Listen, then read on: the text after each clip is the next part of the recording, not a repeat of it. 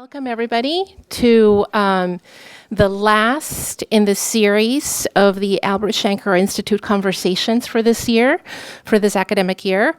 I am Giselle, Lundy Ponce, and I work here at the American Federation of Teachers. And part of my work here at the AFT for the last 14 years has focused on English language learners and second language acquisition. So it's a great honor to be able to moderate this discussion today with our distinguished guests. So I wanted to introduce our panelists for today. To my left is Esther de Jong. She is a professor of ESOL, or English for Students of Other Languages, and bilingual education at the University of Florida. She is also the president-elect of TESOL International Association, and TESOL is Teachers of English for Students of Other Languages.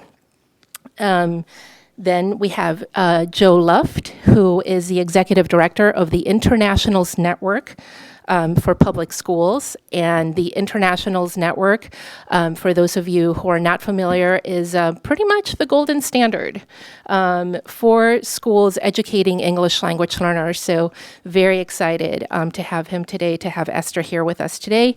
And at the end, last but not least, is Steve Choi, who is executive director of the New York Immigration Coalition, which is one of the powerhouse advocacy agencies on immigration around the country, not just in New York, but New York is in many ways just a maelstrom for immigration issues, not just since Ellis Island.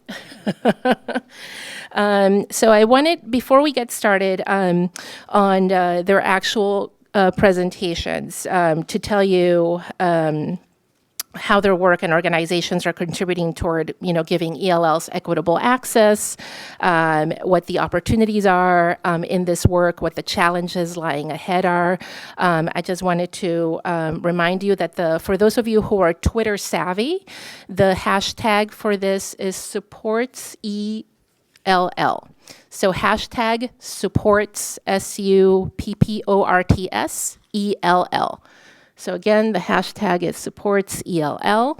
Many of you, all of you, received index cards for questions that will be collected towards the end for the question and answer period later as the conversation comes to a close.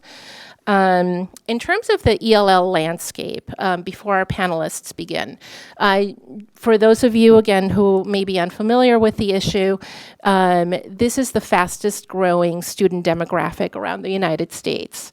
We are seeing unprecedented growth, really like the last 10 years. We haven't seen a wave of immigration like this, or of ELLs increasing in U.S. public schools, probably since the turn of the 20th century. We have close to 6 million, I would say at this point, those are unofficial numbers, but the official number is 5 point something, but with the latest influx of unaccompanied minors and refugee students, the number will probably be closer to 6 million by the end of the year, which translates into about 10% of the school population in the U.S.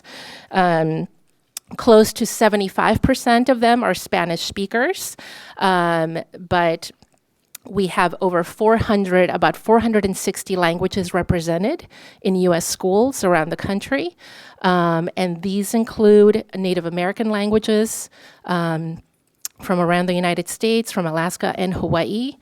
And generally, English language learners are not a monolith. So you can't generalize about English language learners in terms of background, in terms of educational experience, in terms of abilities and skills, in terms of ethnicity. They're very heterogeneous. So, and a fantastic group of kids to work with. So with that, I would like to invite Esther to present to you today.